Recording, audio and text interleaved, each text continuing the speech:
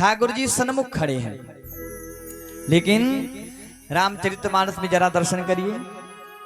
जब रावण आया, सीता जी का हरण करके लंका ले जाने लगा, सीता जी चीख रही हैं, बचाओ।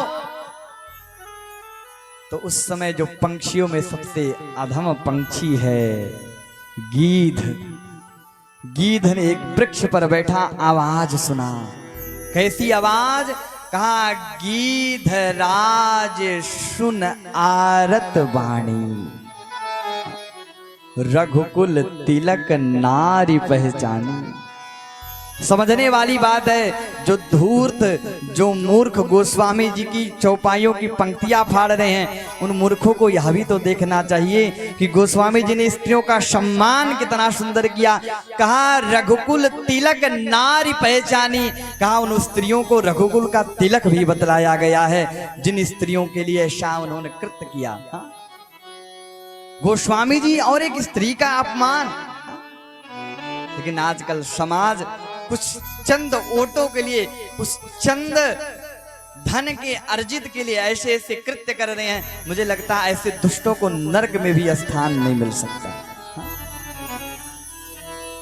महाराज, कहने का भाव यह है कि गीधराज ने जब ऐसी वाणी सुनी तो गीधराज महाराज लंकापति लंकेश से युद्ध प्रारंभ किए, और ऐसा युद्ध हुआ कि एक क्षण के लिए तो ऐसा प्रहार किया कि साक्षात रावण मूर्छित हो गया। लेकिन जिस समय रावण मूर्छा को प्राप्त हुआ, गीधराज चाहते तो उसी समय रावण की आंखों का ऑपरेशन कर सकते थे, लेकिन गीधराज प्रतीक्षा किए। जब रावण पुनः उठा तो अब रावण ने अपने चंद्रहास से इनके दोनों पंखों को काटा।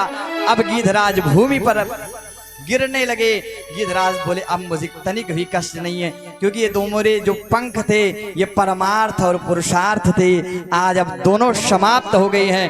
अब चाहे जैसी गति मुझे प्राप्त हो, अब मैं कुछ कर भी तो नहीं सकता। सीता जी को ले गया रावण। प्रभु यत्र तत्र सीता जी को खोज रहे हैं, विलाप कर रहे हैं। खोजते खोजते आए, सो राम राम आदि गीधराज चीख रहे हैं। देखा तो गीधराज की दोनों पंख कटे, रक्त निकल रहा है। प्रभु ने गीधराज को उठाया, अपनी अंकों में बिठाया, और आज ठाकुर जी के नेत्र सजल हो गए गीधराज की ऐसी स्थिति को देख करके। यहाँ जरा दर्शन करिए प्रभु के प्रेम को। जल भरी नयन कहि रघुराई, जल भरी नयन कहि रघुराई,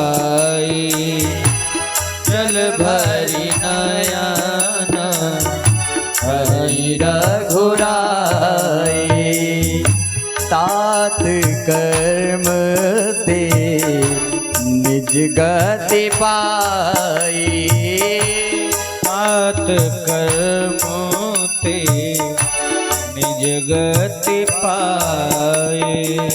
क्या प्रेम है! ठाकुर जी के नेत्र सजल हैं, आंखों में अश्रु भरे हैं।